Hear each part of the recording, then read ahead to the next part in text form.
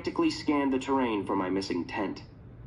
I hardly even thought about the very scary possibility of being helpless and without shelter in the middle of the wilderness. All I could think about was that I'd forever be remembered as the guy who lost his tent on his first patrol, and having my lost item report greeted with raucous laughter when it was shown on slideshow presentations at staff Christmas parties. I walked down the riverbank, hopelessly. Please, please, please, let me find my tent. And there it was, half submerged in an eddy downriver. Thankfully, it hadn't gone any farther because my copy of Ayn Rand's corpulent opus, The Fountainhead, got soaked, sinking the tent to the bottom of the river floor as if it were a treasure chest in the hull of a mighty ship. Perhaps the only good the book has ever done. That night, I stepped out of the soggy tent to use the bathroom. I was squatting in between two spindly, rough-barked spruce trees. That evening, everything, the trees, the mountains, the air, was coated in an august gold. The hue of the atmosphere portended a vicious storm that would strike in a matter of minutes. But for that moment, it was nothing but serene beauty. It was as if the sun had exploded into 1 trillion radiant particles. A large bull caribou loped out of the bush and trotted past me, unaware of my presence.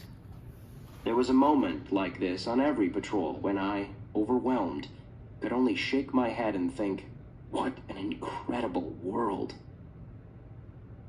On subsequent patrols, I'd saunter around the narrow-as-a-rifle-barrel Walker Lake, whose only island was populated by an abandoned caribou calf and a frenzy of swallows that were building mud nests under the roof of a deserted cabin.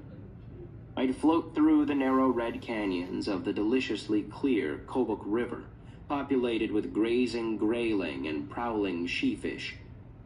I hiked 7 days north of the tree line from the Inuit village of Anaktuvik Pass to the Dalton Highway through a corridor of treeless, pyramid-shaped mountains. Every day, there was a new animal sighting: inquiring beavers, waddling porcupines, stoic wolves, a tribe of doll sheep that looked like specks of snow on green mountain peaks, a sow and 2 grizzly cubs sprinting away upon catching our scent, intrepid harlequin ducks, monstrous trumpeter swans, ghostly snowy owls. After my 5th patrol, I'd begun to figure out how to travel in the Arctic. I'd made enough mistakes to be leery of again falling victim to the vices of hubris and machismo. I knew that if I wanted to make it out of the Arctic alive, then I'd have to remain smart and humble and flexible, always open to learn new lessons that the land could teach me. I could now read the mountains better, so I knew where I could find the hardest ground and the most tussock-free path. When I crossed rivers, I knew to face into the water's surge. I stored food in bear barrels downwind so bears wouldn't be let into camp, and I became familiar with the tracks of all the large mammals, as well as many species of birds and varieties of plants. Not only was I becoming intimately acquainted with the brooks, but I was getting paid to do it. And my God, was I getting paid. I'd never seen so much money. I was getting paid $16 an hour, plus a 25% cost of living adjustment, which we received because we lived in a remote, expensive area, boosting my pay to $20 an hour. This was an unbelievable amount of money. It was an absurd $600 for the flight, $600 on food, and $3,000 for a 1999 Dodge Stratus. Working at the gates was a large financial investment, but I knew it would be worth it by summer's end. I'd still be making my standard $114 monthly payments on my government student loan, but my main priority was to pay my mother back, if just to simplify things for my psychological well-being. Better to have one debt than two. Simplify, simplify, simplify. So every 2 weeks, I sent my checks home, always keeping close tabs on my online bank account to be sure my money was going where it was supposed to go. By the end of June, I paid my mother back. The car, the food, and the flight were mine, paid by me. And then I put my full effort into what was left of my undergraduate debt. Every 2 weeks, I'd missile another check at it, gleefully watching the debt disintegrate. $11,000, $9,500, $8,000, $6,500, $5,000, $3,500. Josh, meanwhile, who was still more than $50,000 in debt, continued to do admissions advising for Westwood College. On a normal day, he'd make 150 calls to prospective students who had made the grave mistake of typing their phone number into some online questionnaire, hoping to receive information about college options. Within days, that phone number would be sent out to a handful of for-profit colleges whose admissions representatives, like Josh, would call every day for the next couple of weeks. On his commute to work, Josh would often be brought to a halt by the rush hour traffic. He'd glance at the Rocky Mountains to the west, remembering how he'd just been in the Brooks Range, climbing mountains and living some semblance of a free life a year before. Once inside his building, he sat on a swiveled chair in a cubicle, wearing a headset in front of a computer, which was faced toward the aisle so his superiors could make sure he was working. Westwood reps were taught about a variety of the school's programs, the Career Center, and the supposed value of the education, but a few crucial details were left out. The reps, for instance, knew little about the graduation rate, or about how many graduates were getting jobs in their academic fields. The reps were, however, given a thorough education in sales. They were trained in the 7-step sales process, the cookie close, the sandwich technique, and the takeaway. Emotional mind games, as Josh described them, that he was supposed to use on the students he'd talked to. It was his job to get as many kids to sign up as possible. The most successful admissions reps would get huge bonuses, paid time off, and even trips to Cancun. It began to dawn on Josh that something wasn't quite right with the place when, at an office party, a Best Liar award was given by an assistant director to a rep who was notorious for using the most ruthless methods to persuade kids to enroll. The office smiled and laughed and clapped for the winner. He tried to do his job as ethically as possible, but because he wasn't signing up enough students, he'd been put on probation, kicked off his sales team, and warned that he might lose his job. Because of his debt obligations, he had to begin to think about himself. Now, when he pitched the school to students, he avoided telling certain details. He began pushing the right emotional pressure points. His supervisor, impressed, told Josh that he was beginning to meet his potential. Josh could have given Westwood a black eye if he went public with what he knew, but he felt powerless. He needed the job. He couldn't go back to being unemployed.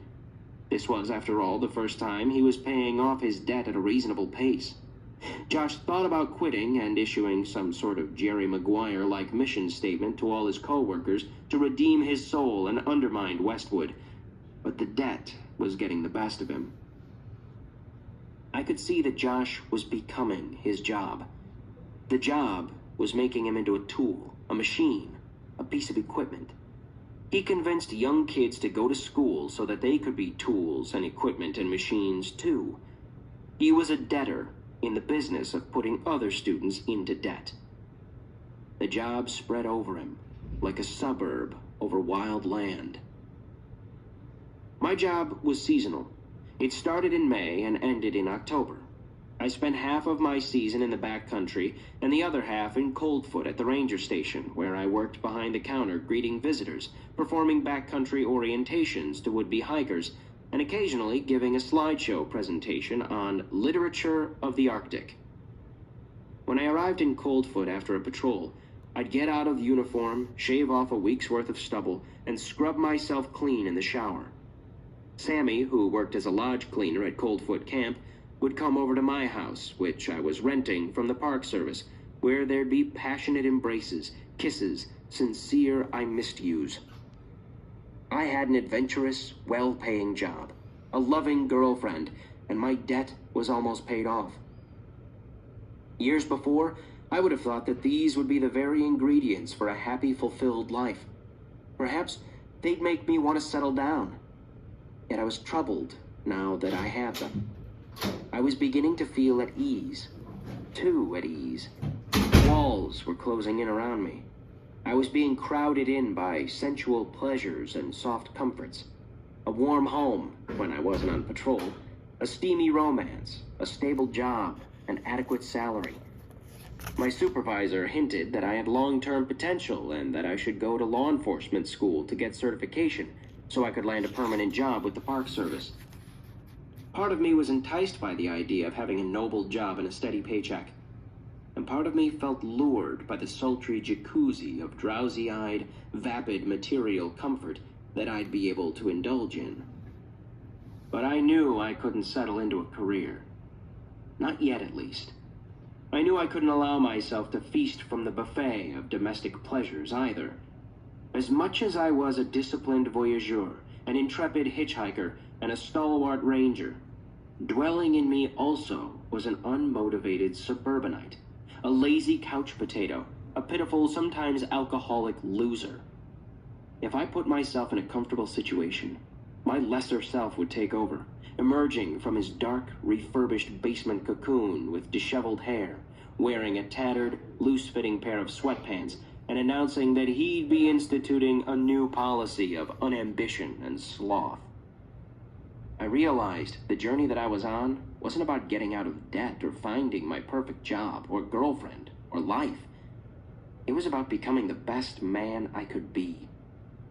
I knew from experience that the only thing keeping me from turning back into the person I'd left behind in New York was voluntary simplicity. And I knew I needed to undergo another period of rigorous training. As inspired as I was in the Brooks, and as honorable as I thought the ranger profession to be, I was little more than a paid hiker. I thought of a St. Francis of Assisi quote. He said, "He who works with his hands is a laborer. He who works with his hands and his head is a craftsman. He who works with his hands and his head and his heart is an artist." If I was a laborer at the Home Depot, I was a craftsman at the gates.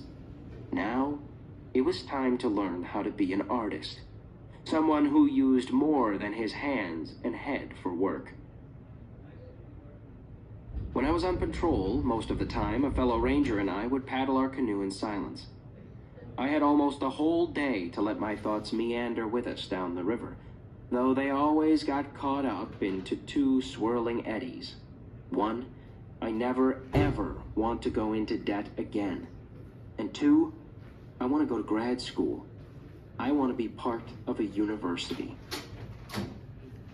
At the end of the summer, on my last day at Cold in the early hours of the morning, I said goodbye to Sammy, who was now working as a waitress in the cafe. She kept delaying my departure by bringing me food and watching me eat it. "Sammy, I have to go," I said. We both knew I was more than just leaving. This was goodbye. Tears welled, and her face crinkled. "I don't want you to go," she exclaimed, clasping my torso. I didn't want to go either. Oh, how I wanted to stay and nestle my head in betwixt the tender breasts of love and lust, and keep it there, and stop worrying about goals and journeys and self-improvement.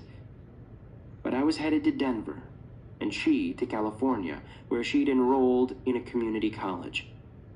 It was the season for selfishness, or at least, that's how I justified it. What had our relationship been? It was about to fall to the ground in a rush of dust like a demolished building. It was a young cottonwood about to be charred and splintered by an errant lightning bolt. It was a wild river doomed to be dammed. But I didn't feel like anything or anybody was being ruined. Our relationship was kind of like our hitchhike adventure. It wasn't supposed to last forever. It was simply a means of getting from one point to another, of helping us get from our past selves to our future selves.